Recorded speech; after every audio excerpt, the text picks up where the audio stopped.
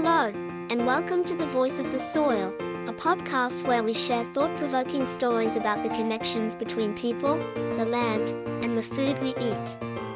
I'm Carly, Ai Voice, and today I'll be reading a short story that explores the misconceptions about organic food, farming, and the hidden truths behind what we put on our plates. After the reading, I'd love to hear your thoughts. Now, settle in as I take you on a journey into the world of soil, farming, and a little change of heart.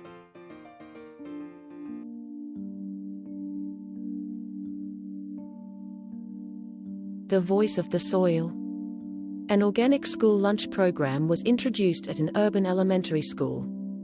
My son's school eagerly adopted the initiative, claiming it was for the health of the children. Parents applauded the decision, but as a farmer, I felt a swirl of mixed emotions. One day, I attended an organic cooking tasting event, hosted by the PTA. The dishes were prepared by Ms. Fujii, a passionate advocate for organic food.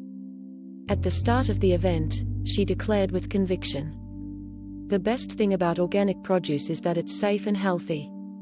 Since it's pesticide-free, you can really taste the pure flavor of the ingredients." The salad she made featured vegetables she had sourced locally, claiming they came from a small-scale organic farm. The vibrant colors and fresh, crisp texture were indeed appealing. "This is exactly what I mean. No bitter aftertaste from pesticides, it's so delicious because it's pesticide-free," Ms. Fuji said with a satisfied smile, as the other parents nodded in agreement. But as soon as I saw the vegetables, I recognized them. They were from my own farm, where I practice conventional farming. Apparently, Ms. Fuji had unknowingly purchased my produce through a local distributor, believing it was organic. After the meal, as we were tidying up, I approached her. "Ms. Fuji, may I speak with you for a moment?" She nodded, and I gently shared the truth. The vegetables used in today's dishes are actually from my farm. They weren't grown organically but using conventional methods, with fertilizers and pesticides applied responsibly. Shock flickered across her face. "What? But how could they taste so good if they were grown with pesticides?" Smiling, I explained, "Pesticides, when used properly, don't linger as bitter tastes or harmful substances. In fact, they protect crops from disease and pests, allowing the vegetables to grow healthy and flavorful. The key is using the right amount, in the right way, at the right time. That's how we ensure safety and quality." For a moment, Ms. Fuji was silent, then she gave a small nod. "I see. I always thought pesticides were inherently harmful.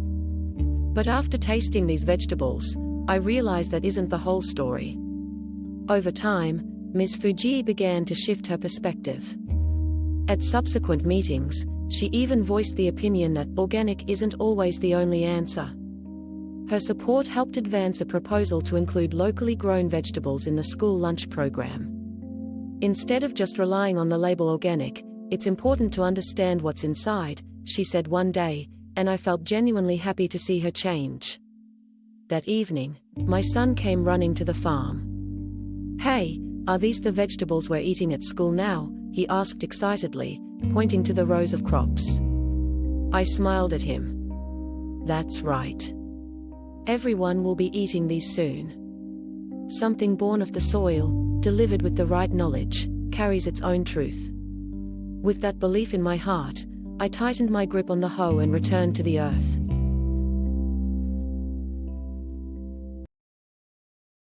Thank you for listening to today's episode of The Voice of the Soil.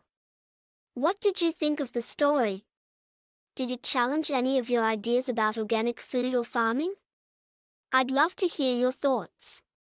You can share your feedback by leaving a review, commenting on our social media posts, or emailing us directly.